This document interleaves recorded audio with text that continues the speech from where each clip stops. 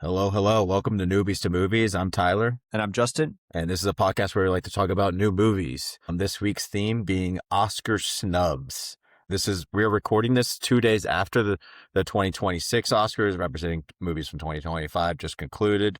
I thought it'd be a rightly time for us to talk about Oscar snubs, also in like the frame of the conversation of the Oscars this past or a couple days ago, but also for just overall Oscar snubs of all time. But first, we're going to start off how we usually do and just talk about some movies that we've been watching lately. Justin, you want to start? Yeah, I really dove into this week and just watched every Oscar movie that was nominated for Best Picture mainly this year. So Frankenstein, Train Dreams, Blue Moon, Hamnet, Song Sung Blue, Secret Agent, Sentimental Value. I just went in and watched all of them, which I'm sure we'll talk about more later. But that's mainly all I was doing all week, getting ready for the Oscars. Without giving anything too away, because right after this, we're going to like collab rank the Best Picture nominees. Like, what anything that you want to point out about any of the movies, or? Yeah, Hamnet was my favorite by far. I had already seen F1. I had already seen Sinners. I'd already seen One Battle and Marty Supreme. I know those were like the top three candidates, I think, for most people. But Hamnet was actually probably my favorite movie of the year if I had to pick one, just off the top of my head. Yeah, I remember when I first saw it all the way back in, I think, January is when I saw it. I like told you, like, I was like, dude, this movie will wreck you. I remember seeing this in theaters on a random Thursday because I was like, oh, dude, it's available. Let me like go see it in the theaters. It's Rightful Justice. And I was locked in. And I think everyone in that theater was just bawling their eyes out, like for two different scenes, like from the middle scene and the end scene. Like people just could not hold it together. And I was one of them. Which to be able to do that in a movie, like, yeah, pretty much smack dab in the middle, and then the ending as well. It just shows like how well you've built up the characters, how great acting there is. Yeah. And also like you're crying for two different reasons for both parts. Like the middle, you're crying out of like sadness, and the ending, you're like crying out of like, wow, this is just like so beautiful, and like how this is coming together, and like how one of the greatest pieces of literature ever like is all focused around this reason, which is just insane. But yeah, awesome. I also was watching all the Best Picture nominees. I already watched a bunch of them before, but specifically Secret Agent and Frankenstein. I'll let know what I feel about it when we do the ranking, but I'll call out two different movies that I just decided to start watching, which is from the director S. Craig Zahler. He did Bone Tomahawk and Brawl in Cell Block 99. Very gritty movies that are just like right in your face, and they don't give a crap about gore. I don't really care about gore.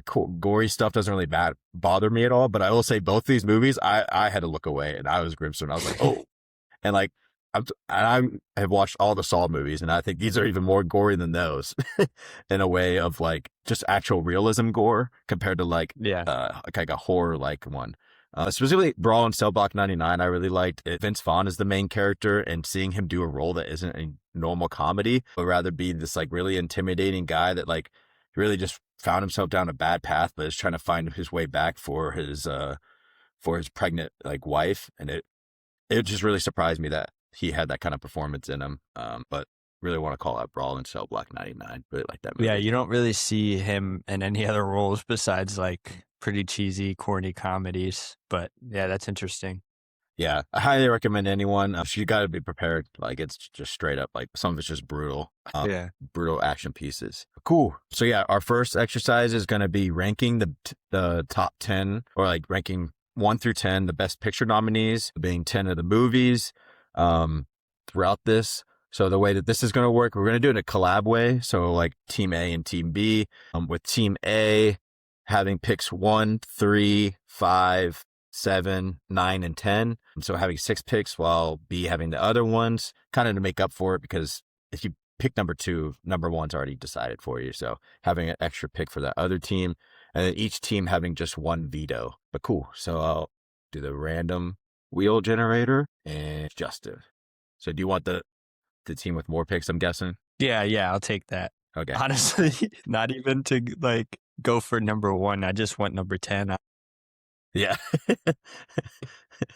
Awesome. So all the nominees, I'll just list out real quick. Being Sinners, Hamnet, Marty Supreme, One Bow After Another, F1, Train Dreams, Sentimental Value, Secret Agent, and Frankenstein. And Begonia. Yep.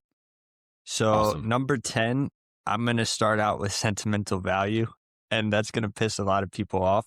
But I got nothing from this movie. It was really boring. I could barely stay awake, and I watched this at 10 o'clock in the morning. I went to bed on time that night before, too. It's not even like I was tired. I just could not get anything from this movie. And maybe it just wasn't made for me, but that's my number 10.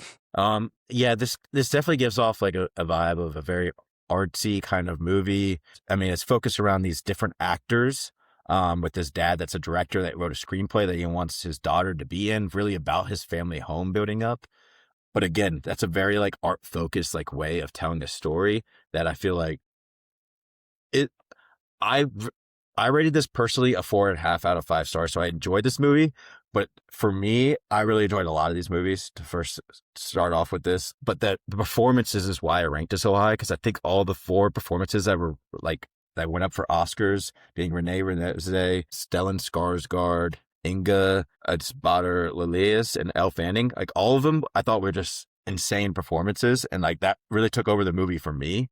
But the story for itself, I think the middle of it just like really didn't gravitate towards me. I don't know. It just didn't. Dragged. Yeah, it didn't. The middle. Yeah. I saw this the day after seeing Hamnet, and it just didn't affect me emotionally as much as because all the emotion was drained out of me the day before. So like I didn't really have much to give that day.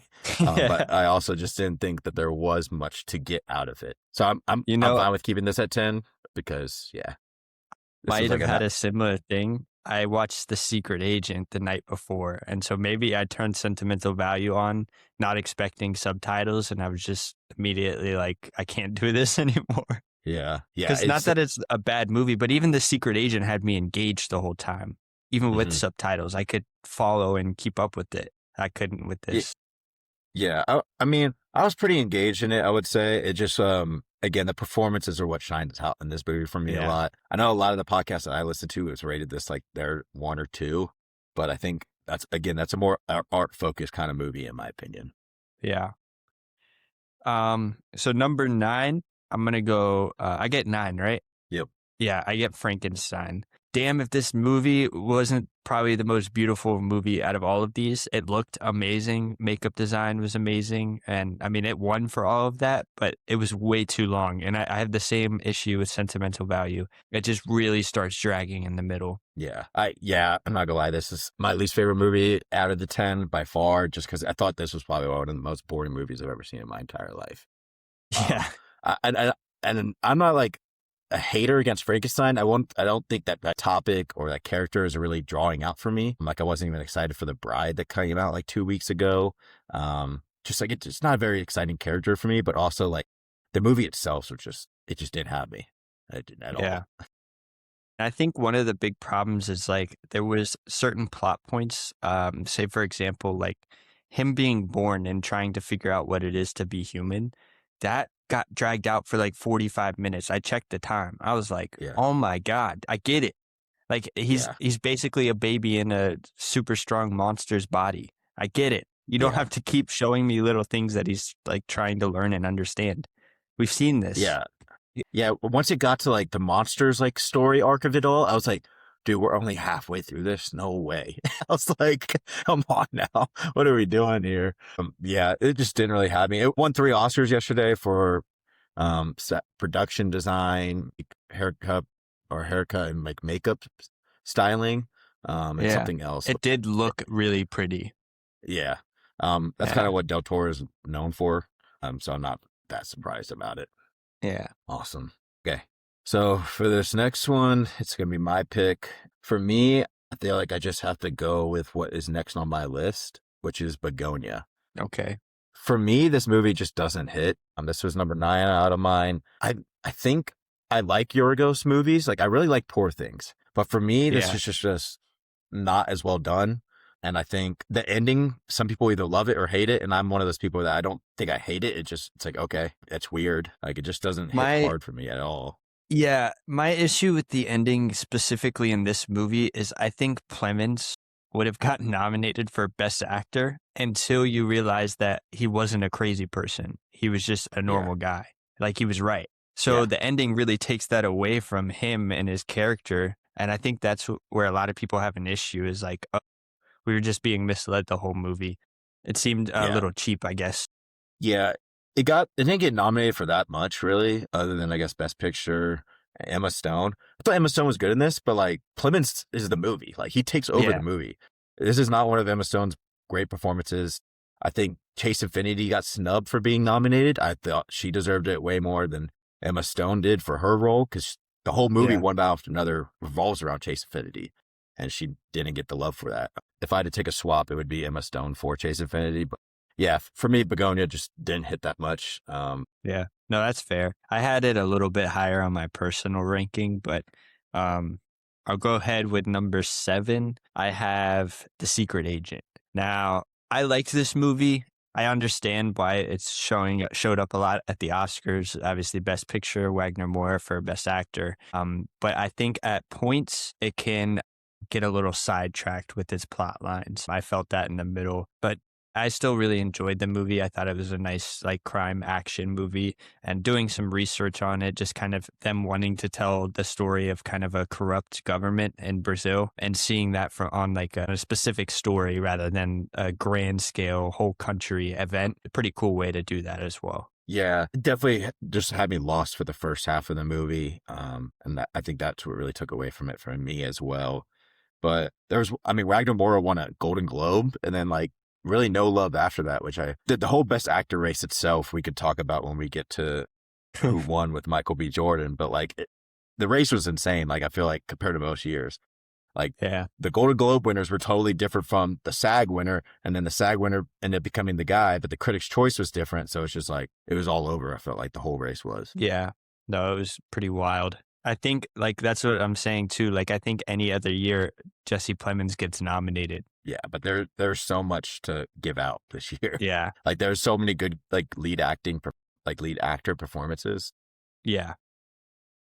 Talk about lead actor performances. For me, for number 6 is going to be Train Dreams. Wow. Okay. So this is at this point from like seven of these movies, I all rank 4.5 or higher. So I really enjoy all these movies. It's just like, which one would I come back to rewatch more? You know, that's how I was ranking it. If I like all these at the same level, which one am I going to actually come back to probably for 5 years from now compared to other ones? Yeah. You wouldn't watch Train Dreams again? I would watch F1 and One Battle After Another more. I think it's easier to watches. Yeah, but Train Dreams is so good. Train Dreams, beautifully shot. Also a great lead acting performance from Joel Edgerton, who also didn't really get any love. He was nominated for a Critics' Choice, and that's about it. That's all you really saw. It's a movie about like taking grief, but also like, I don't know, this is like the story of life, and sometimes life doesn't move just because stuff happens to you, kind of thing. And like the whole ending in the movie is a beautifully shot movie. Immaculate score too. I mean, really beautiful.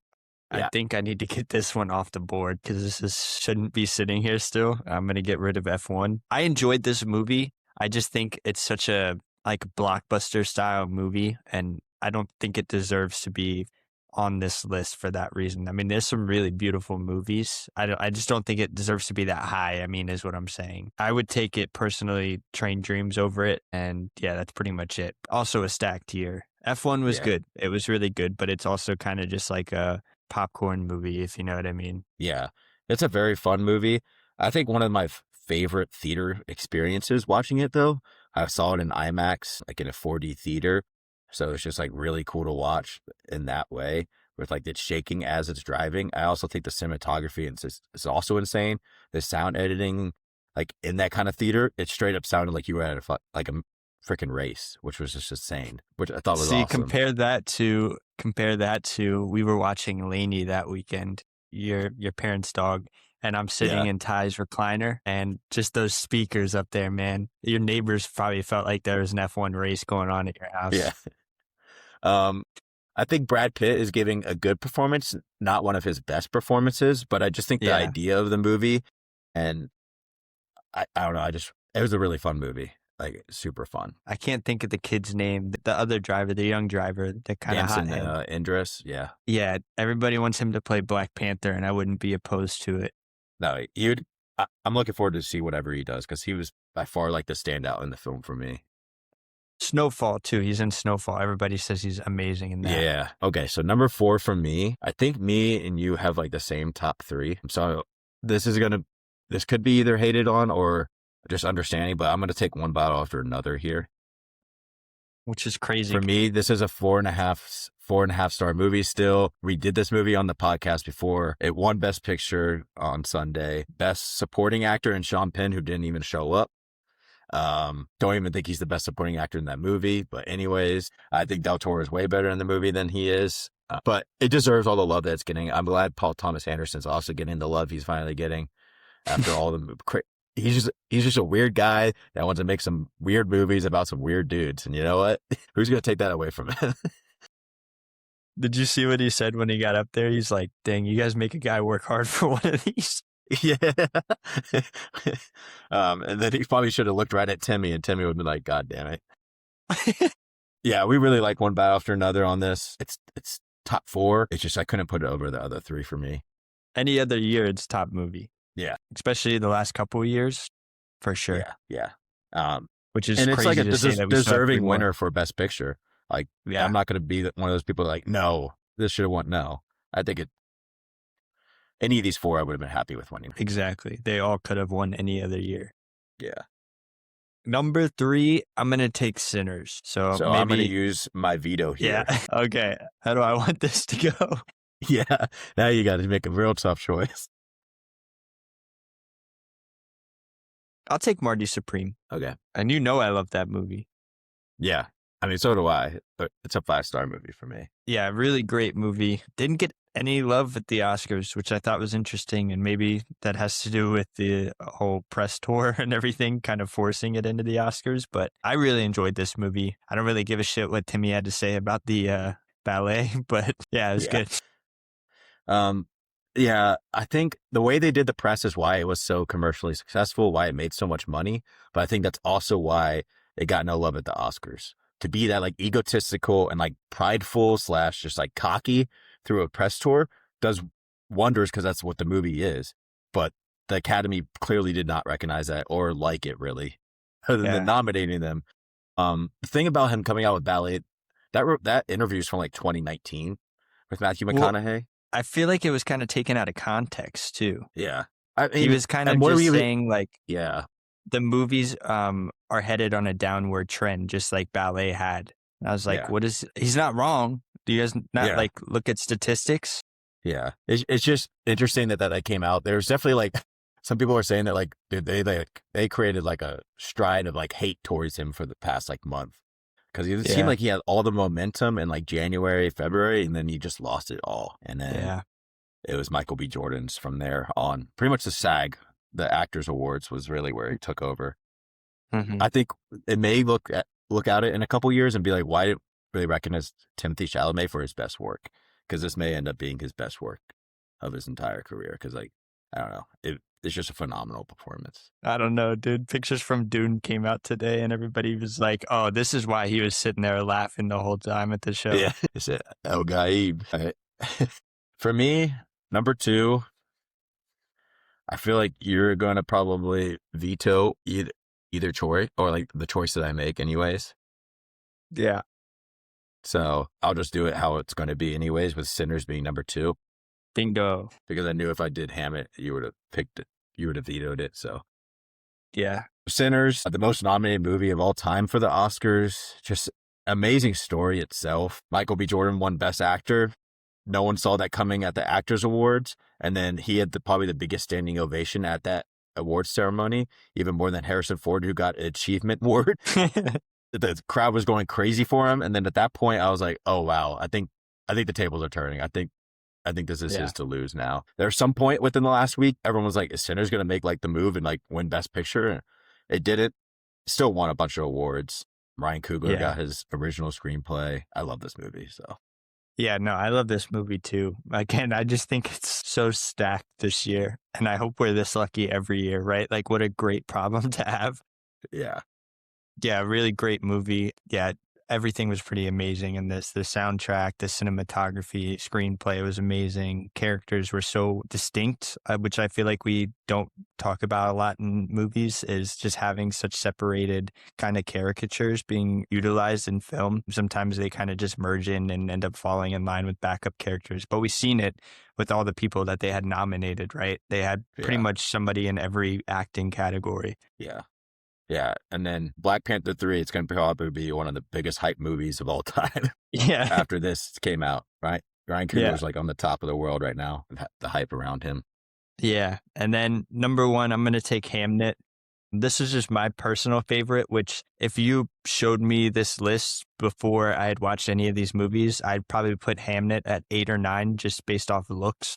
I had no interest in seeing this movie. I had no real interest in this genre, Shakespeare, anything like that. And maybe that's why I'm so high on it, is just because I'm so shocked by it that it was something I'd never be interested in. But wow, was it not amazing? Everything, again, I mean, we could say the same thing. Characters, cinematography, soundtrack, everything was just so well done in this movie. And Chloe Zhao, absolutely killed. Yeah, some of the best child acting too, out of like really anything I've seen. Noah Jupe was insane again. And then Jessie Buckley won like 44 awards this award season for that role, which is insane when you think about, I haven't seen The Bride, but I've heard really bad things about The Bride and how like she can still dominate while like one of the worst movies of the year came out and she's the star of that one. So yeah, just speaks to her performance, which is just, I thought it was interesting too. She was talking about how she just had a young girl, which she was probably going through the pregnancy during this filming. And so like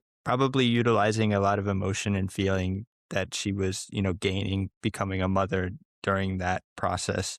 And that was really cool to see too. Yeah. All the actors like that one, other than of course, Sean Penn, I really like their speeches too. I like their speech about motherhood and how this is for all mothers. And then like it's Mother's Day in the UK. EJ, like right when he started off being like, "What's up, mama?" I was like, dang. I was like, that's cool as shit. Like, how can you not root for this guy, And then Amy Madigan was so cool too. Yeah, that was cool. And Conan was pretty hilarious. The one I had a problem with was somebody from K-pop Demon Hunters. Was like, I'm so happy to win this for people that look like me. Like Bong Joon-ho didn't win Best Picture for Parasite. That kind of blew my mind that he wouldn't know that going into the Oscars. That was like so big at the time. Yeah, I think the way they didn't phrase it the best way, because I think what they meant was for kids. Because it's like kids are not going to watch Parasite. I would hope not. Yeah, maybe like young teen girls. Yeah, exactly. Girls. Even like boys, like dude, people are obsessed with this movie. Like no, I know it was good. But I get what you mean. I don't think it was the best phrasing by them. I immediately was sitting there like, Parasite? Yeah. Awesome. Cool. So this week's movies we did based off of Oscar snubs. I really like how I chose these movies were movies that weren't nominated for Best Picture. They may have gotten very minimal love by the Academy, but I really looked up like what's the biggest Oscar snubs of all time for Best Picture. And these were two of them that we haven't seen before. A lot of the other ones that have been nominated in the past, we have seen before. So we wanted to really reach out there and try to find two, being Children of Men and Aftersun. So, Justin, if you want to start off with Children of Men. Yeah.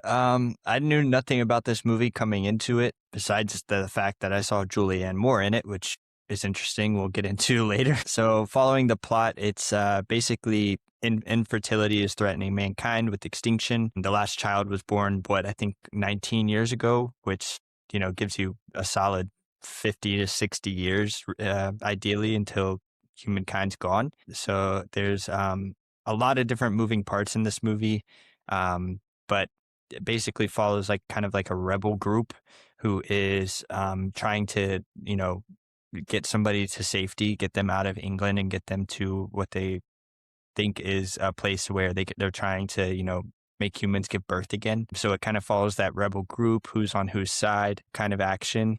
I gave it a 7. I thought it was an interesting plot line, but I think the characters really started to build up on me and I was getting pretty, not lost, but just trying to figure out who's on whose side, what's going on at any given point in time. It definitely cleaned up towards the end, which helped a lot. But even then, there's a scene at the end during a huge battle going on around our main characters. And I'm like, who's even fighting right now? I had a hard time kind of distinguishing that. I know it was the kind of poor immigrants that they put into a little small town, and then the army. But I'm like, why are they fighting the people that aren't armed? Or are they fighting somebody else who just showed up? Yeah, I don't know. So the revolutionary group spearheaded by Chiwetel Ejiofor, or plays Luke. That was the same people they were fighting? Yes. So they were part of the revolutionary group when they first show up and the girl's pregnant.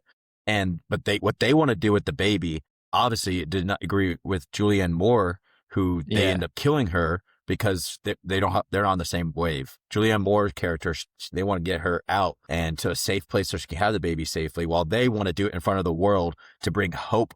What they think is bringing hope back to the world, but it's really an unsafe environment for the baby to even born and take that kind of risk.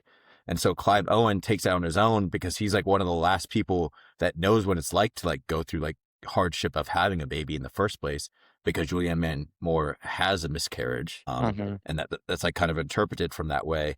And then it follows him trying to get her out of that situation back to like where Julianne Moore wanted to take her, to a safer area, while this revolutionary group is trying to get her back to show this baby in front of the whole world. Yeah. Okay. I guess I was just getting confused there at the end because I knew they were there, but I thought they were fighting somebody else too. Because, from what we had seen, the revolutionary group wasn't that massive. It was just a couple people from what we knew of. Yeah, I think they were fighting them, but they were also fighting in a building that like other like homeless or like impoverished people were just living in. So it wasn't even fair to them in the first place that they were just fighting through their area that they were living. And then the government was just like how anti-immigration they were like throughout the whole movie, which like this is a super anti-immigrant or pro-immigration type of movie, just showing like the evil side of like not letting people immigrate. So I gave that a 7. I also gave a 7. I thought the characters were pretty well done. I think it's interesting to kill off Julianne Moore's character like 20 minutes in. Clive Owen was a pretty good character as well. I thought it was interesting to see a hero not be an action star around this time, right? Because around that time, there was just so many people were the heroes and they were the ones running around gunslinging, being the action stars. But he was kind of a nurturing hero, I guess you could say. He was the one who basically just took all the risk with none of the reward. Mm-hmm. Yeah, no, I really liked Theo, which is played by Clive Owen. I also like Jasper, played by Michael Caine. I thought that was a really interesting character for Michael Caine to play. Like this stoned out guy who ends up like sacrificing himself for the bigger goal of like, because like the reason why him and Theo are so close is because he knows like Theo like gives off this tough exterior, but he's like probably like one of the softest guys in like the whole movie, like just how much he cares and nurtures. And then you understand that once you hear like they did have they were pregnant at one point, him and Julianne Moore's character. Yeah, it's crazy how that whole sequence, first off, shot beautifully when they're like driving through, and then she's shot. Like that whole like lead up to the film is just like an insane like sequence of events, like all shot in one go. Yeah. But really, that's like the exposition of like the movie, just start it all up. Yeah. Cinematography, I gave it a 7. I was very conflicted with the cinematography for this movie because obviously you had good shots like that one. Then you also had the tracking shots at the end, the final battle scene. It was like following our two main characters throughout the city for a whole 25, 30 minutes, which is pretty awesome to see and pretty great. But I really just hate when movies put gray shading on a movie and just like call it good. Like it's so lazy and like, I don't understand. We've seen things like Blade Runner 2049, dystopian future that's supposed to be dark, and we've seen the whole array of rainbow in that movie. You can't sit here and tell me you're okay with just making your movie gray as shit. It's not cool. Yeah. It doesn't look good. That really frustrated me as soon as I turned on this movie. I was like, here we go. And I know it's England. People say it looks like that all the time there, but I don't like it. Interesting. I liked it a lot, but that's just mainly because the tracking shot sequences for me really did it. And for me, the colors didn't really take away from it. Maybe because, again, I know it's England, so it's like that's just how dreary it would probably be, especially in like the world that it's in. Yeah. So the guy, Emmanuel Lubezki, he's known for doing tracking shots.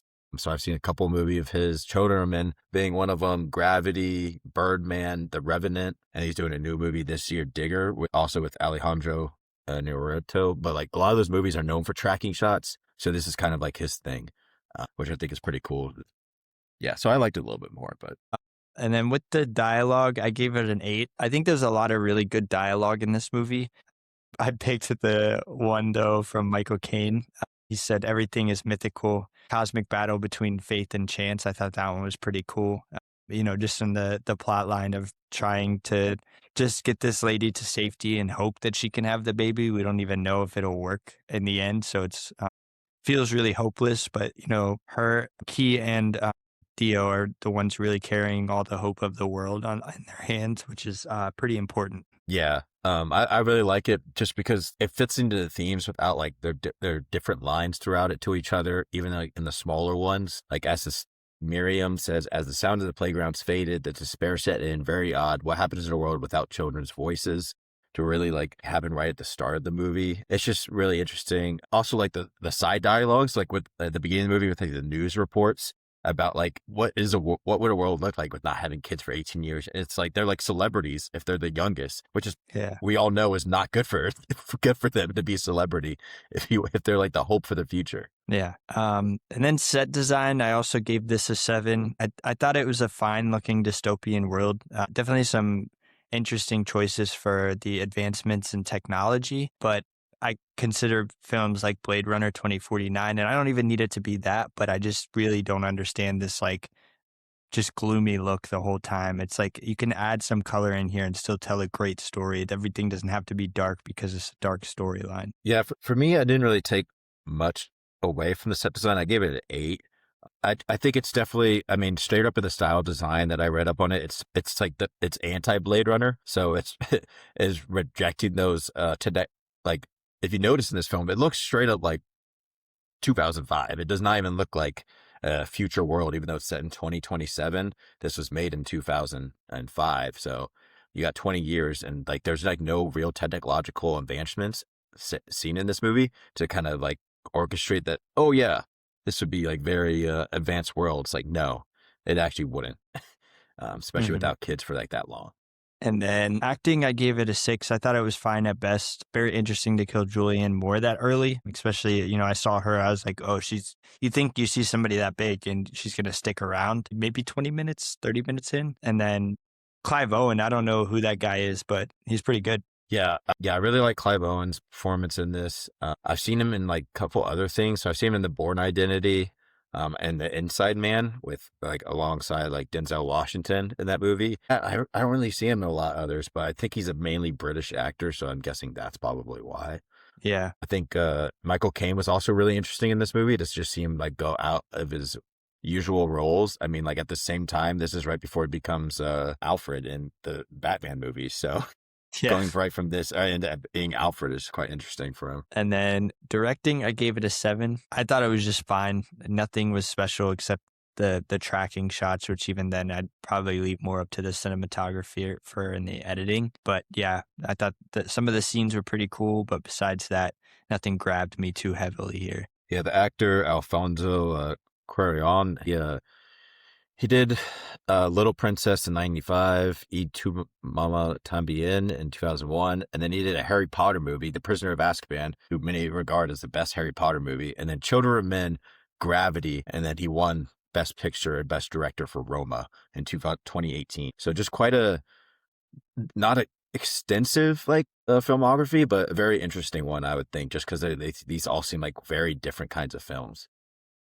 Yeah. But when you talk about like the dreary side of it, Prisoner of Azkaban is like a very dreary looking movie, very similar to Children of Men. Interesting. So for soundtrack, I gave it an 8. I thought it was a pretty cool use of British punk and classic rock throughout the movie. That stood out to me mainly. So yeah. Yeah, for me, the soundtrack was like nothing special for me other than it was good, but it was nothing that really stood out.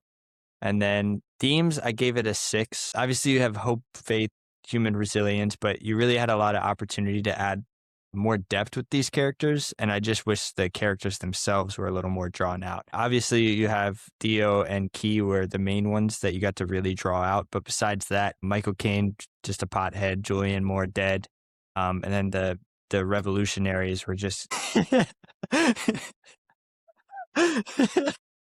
there was definitely context given to her that just it wasn't explicitly like told to you, but like she No, straight I up was know. like probably like she was pregnant at one point, and that's why she felt so connected to that story and why she wanted to help her out.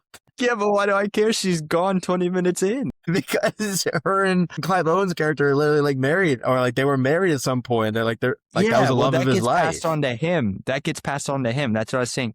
And he's doing his it because themes of are her. good. I don't even think he's doing it because of him. I think maybe way towards the end, he's like, oh, maybe he's doing it for himself, but I think he's mainly doing it for Julian, like pretty much like the entire movie. Yeah, that's fine. But again, that's his character. And then Key's character had good themes attached to her. Nobody else. I got nothing else from anybody else. I think Luke, Chiwetel Ejiofor's character, I thought he was like the main villain of the movie, right? Up until like the very end when he's just like, when he like pleads to him, he's like, wait, but like, was I doing the right thing? He's like, I used to have a sister. You could tell like he noticed that he was doing something wrong, but he's like so stuck in the moment of like what he thought he was doing was right.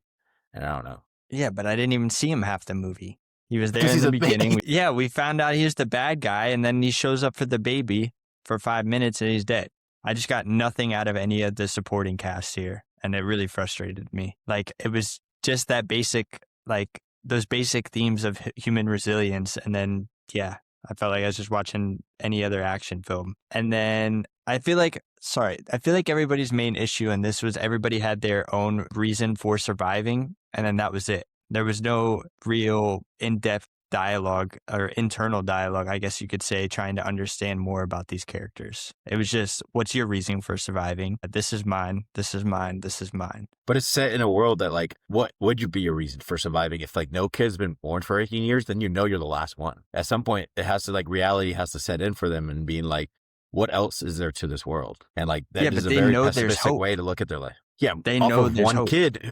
But they have a different view of how to resemble that hope. What they want to do is show the world the kid, while Clive Owen's like, no, we need to nurture this kid and make sure that he's actually the start of this new world rather than you publishing him to the world and then like probably killing himself at like 17. That like literally happens right at the beginning of the movie with like the youngest person in the world. I know. Yeah, I don't know. I just didn't get it from, maybe it was the acting that took away from me. Editing, I gave it a 7 as well. I like, they kind of did some research.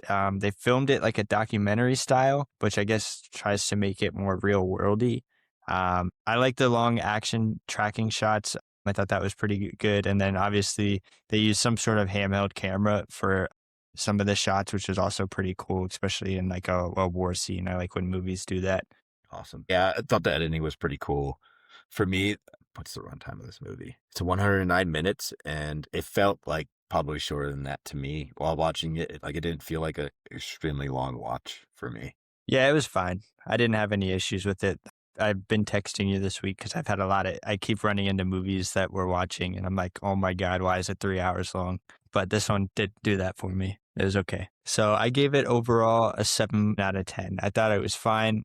Just didn't grab me. Maybe it was the plot line. Maybe it was the dreariness. I just couldn't get that invested in it. I gave it an 8.1 out of 10 or 81 out of 100. So slightly above you. I really enjoy, like, I think more so the themes and the plot of this movie. While I think some of the dialogue points, the sound effects, and as well as the set design kind of takes away from me. Overall, snub. What does that mean? Like, it should have been snub? Yeah, I agree with the Academy here. Yeah, I want to see what year it got actually nominated and see like see what it was up against. Yeah, so Best Picture nominees that year are The Departed, Babel, Letters from Iwo Jima, Little Miss Sunshine, and The Queen. It's pretty hard to talk about it when I'd only seen 2 of these. Yeah, I don't know. Yeah, I haven't seen The Queen. It just sounds boring, but who knows? Maybe it isn't. Little Miss Sunshine and The Departed are really good movies, so I don't think those should be. And the other 2, I just have no idea if they're really good or not. I'm still snubbing it. I've only seen The Departed. Awesome. Okay. So the movie that I'm doing is Aftersun. Aftersun came out in 2022. So a post-COVID movie, A24 focused movie as well. Yeah, so the movie starts up, really it's just a coming of age drama film, but really just follows like a daughter and the father on this like vacation that she's remembering from her past at this Turkish resort right before his first birthday. And really realistic, and just a couple days while they're together. That kind of leads into like later in the film, or I would say about halfway the film, you realize why she's remembering it the way she is, because she's trying to see if there was any signs that she missed out on, like really just his depression and why he no longer is in her life. Yeah, I So for the really plot, yeah, sorry, go go ahead. ahead. No. I knew nothing about this coming into it, just that Paul Mescal was in it, and I was like pleasantly surprised by the plot. I wasn't expecting kind of like a darker toned movie, Yeah. but get into the plot. Yeah, so the plot, I gave it 8 out of 10. I thought it was a really interesting way to tell a story, because like right at the beginning, you could tell that you're like, okay, where's this going? Because it's like camcorder footage, but it's like, oh, she's just trying to remember things from like the last time they were really together. And before you learn at the end of the movie that like he kills himself because he's like writing to her about like, I hope you know I always love you. And like a lot of like the movie parts of the scenes that she never saw was like him fighting through it while she's like going, having fun, playing like these pool games with like the other kids, having her like probably, I think, first kiss of her life.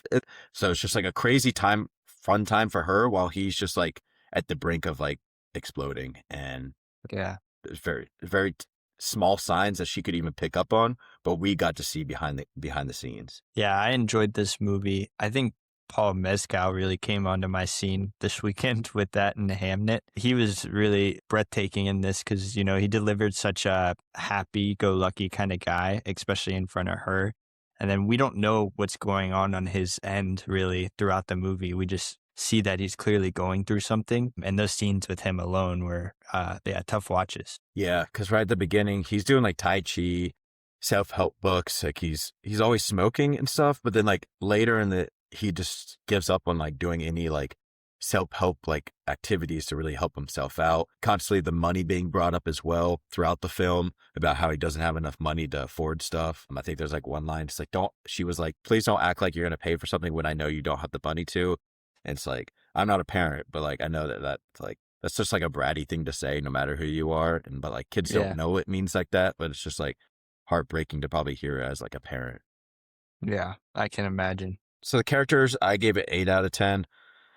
I mean, the two main ones are really like the whole movie. Everyone else is like super side, just because like there's on the vacation too with them.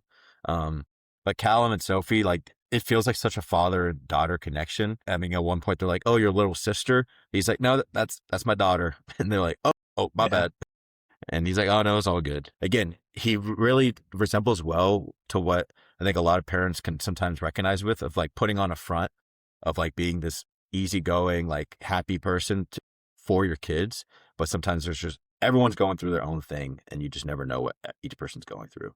Yeah, one big thing I got from his character too is being such a young father. It really felt like they were doing a lot of kids things together too, you know, dancing, playing games together, all that kind of stuff. So then to see him really have to face these real adult things alone, it just felt kind of scary for him, you know? Yeah. Yeah, because it's clearly that him and the mother are not in the best terms with each other. So it's like he really is on his own, even though they're trying to raise this child together, which sadly, like a lot of people in our generation do have to experience like a joint of experience of like growing their kid or raising their kid. The cinematography I gave it 9 out of 10. I thought this was beautifully shot. You had like the going back and forth from the camcorder. Some shots are like, you have to like look through the TV lens to understand what's going on because it's also through the camcorder. Like I remember like one towards the end of the scene, she's like, "Oh, when you were 11, did you expect you to be where you are now?" And then he's just like, "Stop recording." And then like, I'm sure if she was looking back at that as an adult, she's just like, wow, Yeah. that hit home. Painful. But yeah. I thought the shots too, kind of about him, the kind of strobe lights dancing in like what seemed to be like a nightclub. Those are really interesting too, especially to find out at the end that was where he was going, was into the darkness, into his darkness. He was kind of collapsing to the chaos of what was going on in his head. That was some really cool shots kind of leading up to that throughout the movie. What I read was that like that was the last glimpse, or like that was the memory of him getting lost in her memories. Like Okay. as that's going on, it's him going to the darkness, but it's also her losing the memory of him. Okay. So that's also what I read about that. I kind of see it that way. Especially at the end of the movie where it's like that final scene of flashing and then it goes totally black. And it's like, does that mean that like she just forgets about, like, she just doesn't remember him really anymore? And like all she can hold back onto is the camcorder footage, which is quite sad to think about. But Yeah. the dialogue, I gave it 8 out of 10.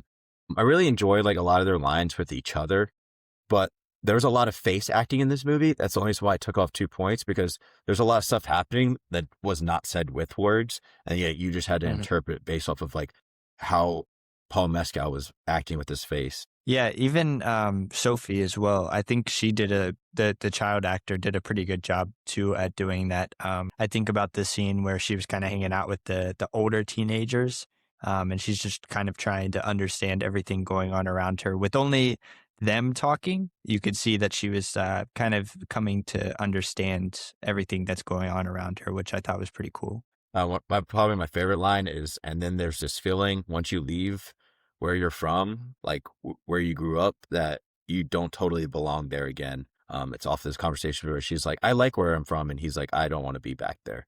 Cause he's like, I just don't feel like I belong anymore. Like that whole back and forth leading up to that quote of like, once you move away, you never feel like you should belong in that place again. And Yeah. I don't know. I feel like that's a pretty deep. Cool. Now getting into acting, I gave it a 9 out of 10. I mean, they're just both really good at like face acting again, where you could tell their emotions without like them having to explicitly tell you what is going on and what they're feeling. Especially when she's like looking at like the older kids doing like interesting new stuff that she's never seen before. And you can see she's intrigued by that, but also confused. So it's like intrigued, but confusion look that I think is really hard to do. Also because it turns out in the movie that she is gay. So when she sees like the two guys kissing, that's probably one of the first times she's ever seen that in her life too. I think also they just had like really good chemistry together. Every conversation between them, whether it was, relatively harsh, whether it was relatively friendly and fun, I think like it fit well. Yeah, I agree. Awesome. And then sound effects. I think this is like the one thing that took away from me, but that's just because it was not a focus of this movie. Yeah. It was like a super background thing. Like there were just sound effects just wasn't a point of this movie. So I only could give it like a 6. Yeah, I agree. Special. The set design, I gave it 8 out of 10 because I mean, it was like a Turkish resort kind of place, but like they were clearly living in a cheaper place than everyone else there. They did not have like the all-inclusive part of it, but it just seemed like a normal, like just random resort that they decided to go to for like a weekend. That I thought was pretty cool. Yeah. Yeah. It looked like, they fit in with the people that were there, but also the environment as well. And then directing, I gave it 8 out of 10 for the overall directing. I don't think I've really ever heard of Charlotte Wells before. Obviously, if it came out in 2022, and A24 is really known for giving new directors a chance at these different kinds of stories. But just looking at her whole career, I mean, Aftersun is really her main thing, and then she hasn't really done anything after. So editing, I gave it 8 out of 10. Again, this is not a very long movie, but it didn't feel like a chore to watch. Yeah. Some of the other movies we've done, it was 101 minutes. So it passes like the 100-minute rule of like, it doesn't feel long at all, and very well edited. Yeah, I thought the editing was particularly good, especially between the camcorder scenes, kind of the strobe light scenes, and then also the only thing I'd really want to say, and this kind of more on plot, I'd like to see adult Sophie coming to terms with her, understanding of who her father was, but also becoming a parent herself. That might have been kind of cool if you wanted to add 30 minutes on of that, maybe towards the end. But other than that, I understand why you also didn't. You kind of leave it up to the viewer as well. Yeah, because it cuts to her for a little bit, like for 5 minutes, but then it cuts back to like that trip. But it would have been cool to like end the movie with like 5 to 10 minutes, like her talking to her wife, just like about what's going through in her head as it's her birthday and like thinking about her father and stuff, like a little monologue about it, about like, what this whole movie sums up to. Overall, the theme, I gave a 9 out of 10 because I don't think I've seen many movies to touch on this of this topic of like parents and like what they resemble to you as a kid. but like also what's hiding behind them. And then also tackling like how depression is like a disorder that like not everybody can defeat. And it really just takes a team being able to defeat it. And like no one can take it on themselves because clearly he was trying to take it on himself. Yeah, no, he was. And I think that was what made the theme so interesting in this movie was we're solely seeing it from Sophie's perspective, right? We don't know what's happened to him besides some hints at financial trouble. We don't know what's really dragging on him, right? But obviously depression, but what specific real life things can we grab onto that say, is it his marriage? Is it his financial problems? What's he really grabbing onto that's holding him down so much? And so just seeing it from Sophie's perspective was such a cool way to understand, like, you really don't know what's going on in somebody else's head, especially because we see him laughing, swimming, having a great time all the time. And that's what she thinks too. She thinks nothing's wrong. Yeah. It seemed to me like with a lot of the lines that he's talking to her that was really brought up about like how she wants to live places, what do you want to be and all this. And he didn't have a belonging. Like he didn't feel like he belonged anywhere or like anything that he had to himself, if that makes sense. Like he didn't have anything that like really drove him to be anything crazy or like unique, I guess. I don't know. But that's just how I interpret it. Awesome. So I gave it overall 8.1 out of 10 or 81 out of 100. So pretty much the same score as Children of Men, completely different themes, but like still centered around children, which is quite interesting that both movies do. Yeah. I gave this one an 8. Should not have been snubbed. That should be on there for at least the editing maybe or something like that. Yeah. I think let's look at it real quick. If I can find it. It might have won something besides Best Picture. I don't know, but no, as far as I'm concerned, this was like the beginning of when A24 started getting recognized, really. But let's look real quick. 2022 or be 2023. But yeah, because right after this year, isn't that when Everything Everywhere All at Once won? Yeah, that's what I'm Okay. Yeah, so Paul Mescal was nominated for Best Actor, and that's all the Academy Awards was nominated for. Brendan Fraser won that year. So the Best Picture nominees that year were Everything Everywhere All at Once, All Quiet on the Western Front, Avatar: Way of Water, Banshees of Inisherin, Elvis, The Fabelmans, Tar, Top Gun: Maverick, Triangle of Sadness, and Woman Talking. I'd put it over Fabelmans in my opinion. Fabelmans is good, but yeah. I could see Fabelmans or Elvis personally. I really don't like Elvis. I haven't seen Elvis, but I can imagine it's probably a little bit better than that. Yeah.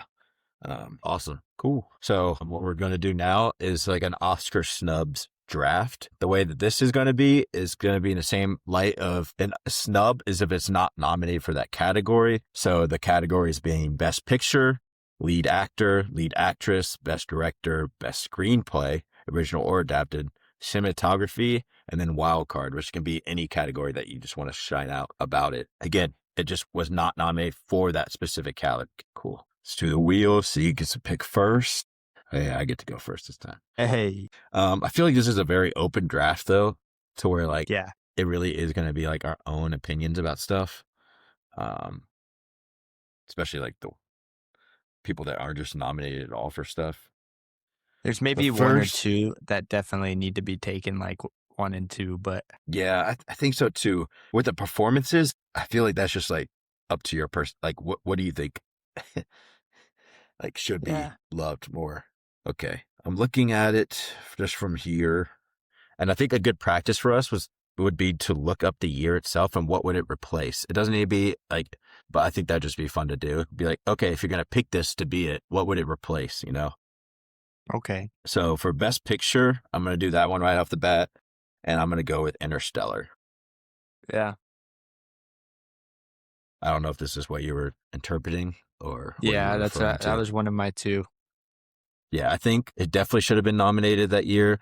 I'm pulling it up right now to see which one I would replace, but I think it was, Interstellar is amazing, and the fact that it wasn't, I'm just genuinely was shocked, especially because it's Christopher Nolan, and the fact that Christopher Nolan didn't get love for it. So this year, Birdman wins, American Sniper, Boyhood, Grand Budapest Hotel, Imitation Game, Selma, The Theory of Everything, and Whiplash. Personally, what I would take off, because I've seen all of these movies, American Sniper, I would replace it with. I would way rather have Interstellar in there than American Sniper. Awesome. Sorry, I'm looking up mine because I know I'm about to take it here. So I'm going to take Amy Adams for Arrival. Yeah, that was my number one pick. I'm looking at it here. I haven't seen any of the other ones beside La La Land. So I would honestly put it in front of any of them. Isabella Huppert for Ellie, Ruth Negga for Loving, Meryl Streep for Florence Foster Jenkins, and then Natalie Portman for Jackie. Yeah, it's kind of a miracle that she didn't get put in here. That's kind of crazy. Yeah. I mean, I haven't seen Elle or Loving, so I can't, I can't really speak on either of those, but. And then you're talking about Natalie Portman and Meryl Streep, so it's like, okay. But she's just amazing in Arrival. So like the fact that it didn't get any love is kind of insane for her. But then she was nominated for The Master. All right. But not for Arrival. Let me see here. I had one on my list, but I don't know where it went. Oh, yeah. I'm gonna knock lead actor out of the way. I'm gonna take Jack Nicholson for The Shining. This was on my list as well. Yeah. I think we're going to see a reoccurring theme with Stanley Kubrick movies because I guess the Academy hates him from the research I've been doing this week. I don't know what their deal is. So let me see. Do you have the year of that movie by any chance? 1980. So 1981 Oscars. See. Yeah. All right. Google doesn't want to participate. All right. De Niro, Raging Bull, Peter O'Toole, the stuntman, Robert Duvall, the Great Santini. Dude, I don't know what I'm doing. I would have put him in here. I mean, obviously that's such an iconic role. Yeah. I read up on that role because he was also on my list, and it's because they thought it was over the top at that point. They thought they thought the performance was over the top, and that's why it was not picked. Sounds jealous. Yeah, awesome. Okay. I feel like I could go a lot of places at this point. I'm just trying to see where I want to go with this. So I just don't think we have the same things from here on out. I'd be surprised. Yeah, so many different things. I'm going to go with Best Screenplay with Before Sunrise. Yeah. Which we are doing next week on the podcast. So listen in if you want to hear more about what we think about it. But like, the screenplay is insane. And like the dialogue that's written out for this movie is just also insane. Like, yeah, I'll just leave it at that. Yeah, we'll talk about it the next week. Yeah. And then I think I'm also going to go a different route with cinematography. I'm going to go with The Batman from 2022. I got to pivot on that category. I had a feeling that you were going to pick this, but I wasn't entirely sure. Well, I had that and Interstellar and cinematography. Yeah, The Batman is shot absolutely beautiful. I think it could also go for like if we want to go in a wild card round, I think like the score also, the fact that the score got no love is insane. That's crazy as well. Too, yeah. Yeah. Yeah, it's just beautiful movie. All right, let's see. Okay. I'll save that one for later.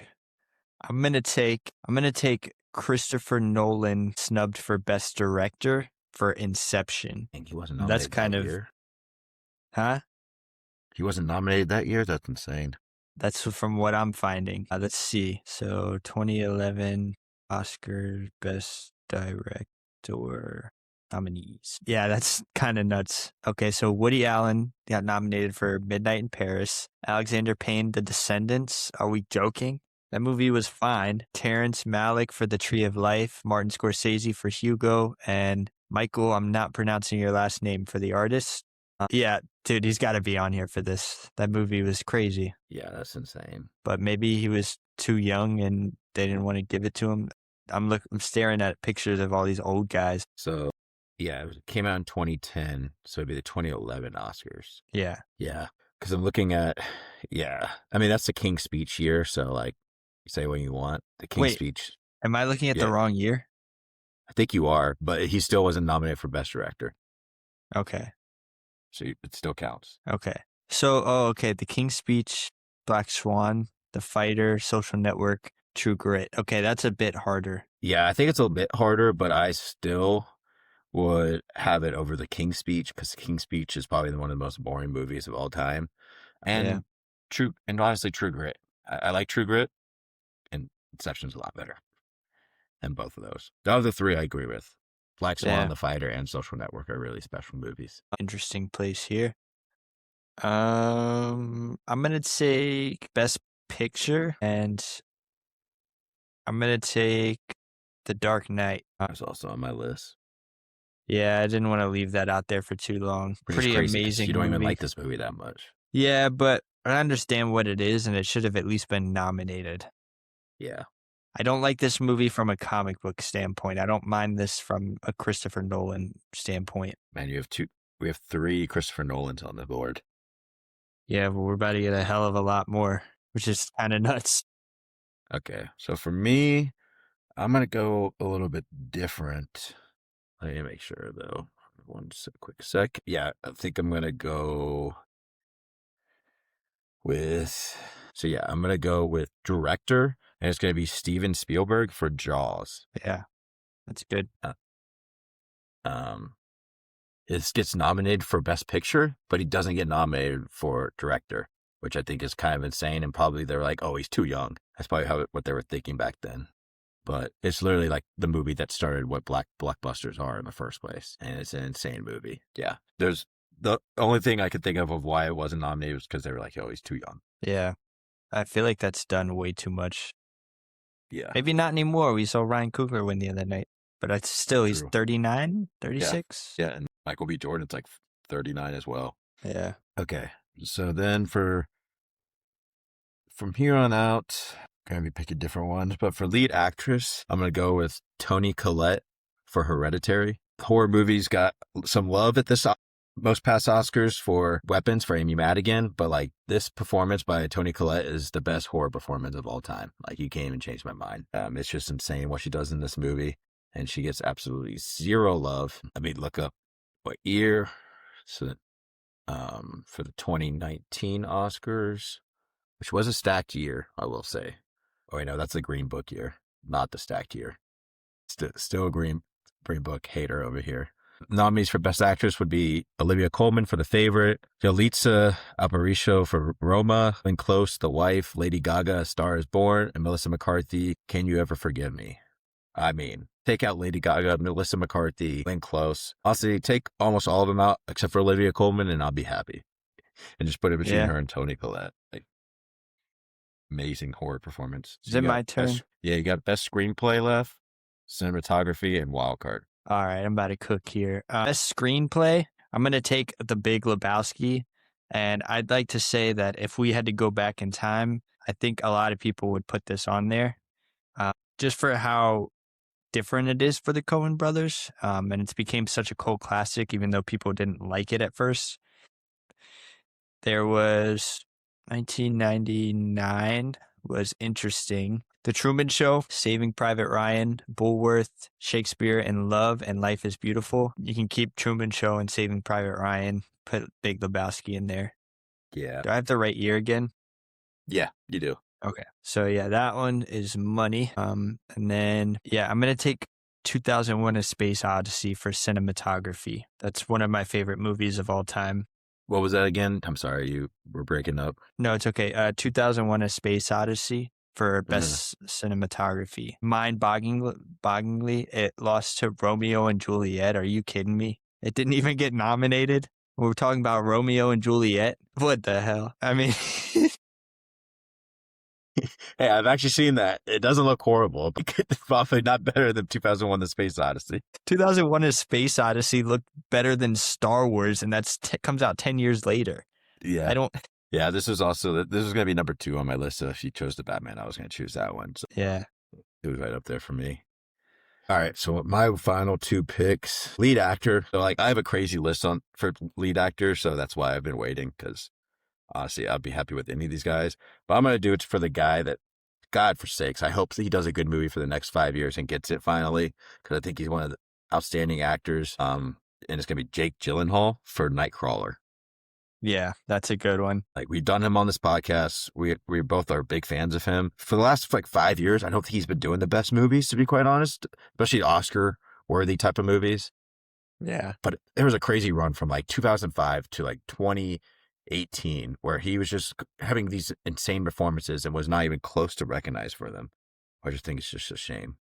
It is a shame. Let me look up the 2015 Oscars to see who I would replace with him. I think it's the second movie I'm choosing for the 2015 Oscars.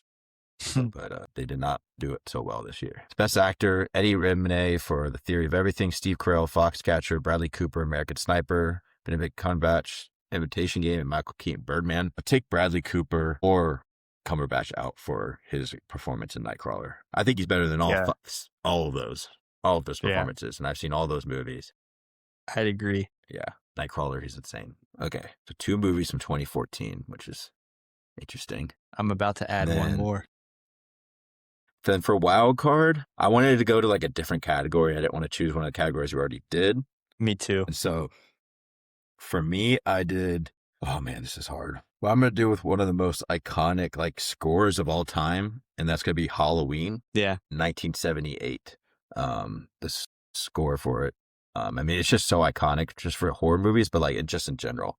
Like, you know the score when you hear it. John Carpenter's really never gotten his love for it, which is kind of a shame too, for the movies that he, like The Thing as well, never got any love. But let's just see what they nominated this year for a score back in 79. Yeah, that makes no sense to me. Like Midnight Express. You have one of the most iconic movies of all time, and you're throwing out, I guess it wasn't Midnight iconic. Express, The Boys from Brazil, Days of Heaven, Heaven Can Wait, Superman. I could tell you I probably only heard the Superman score in my life, and Superman didn't even win that year. John Williams didn't even win. So, like, all right. Playing games. Yeah. So for my wild card, I wanted to do the same thing. I didn't want to go down, some category we've already been doing. So it shocked me to find out that the Lego Movie didn't even get nominated for Best Animated Film in 2015. Obviously by directors Chris Miller, Phil Lord, who eventually did the animation for all the Spider-Verse movies, Project Hail Mary coming out next week, and then the 21 and 22 Jump Street as well, which is kind of a goofy mix of movies. Yeah.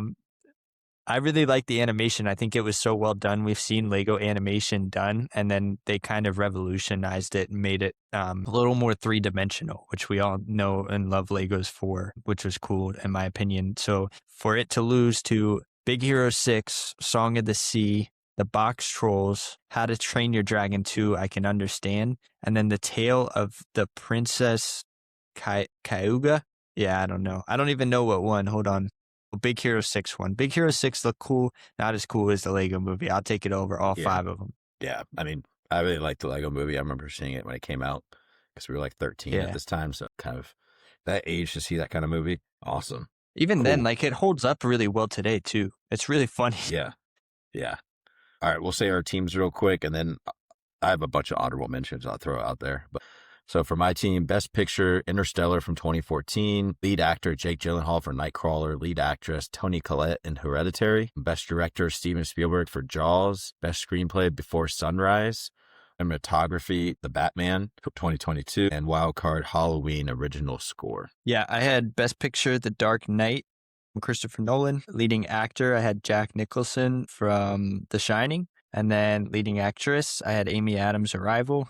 Best director, I had Christopher Nolan for Inception. Best screenplay, I had The Big Lebowski.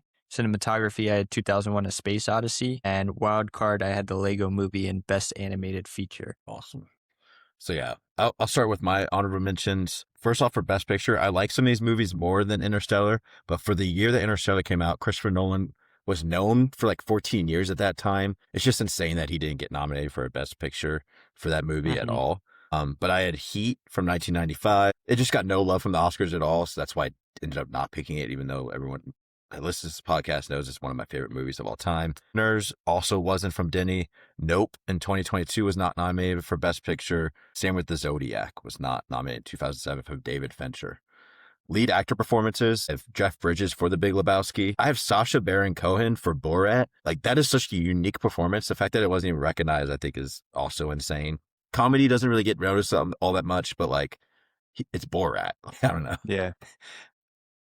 Jim Carrey for The Truman Show.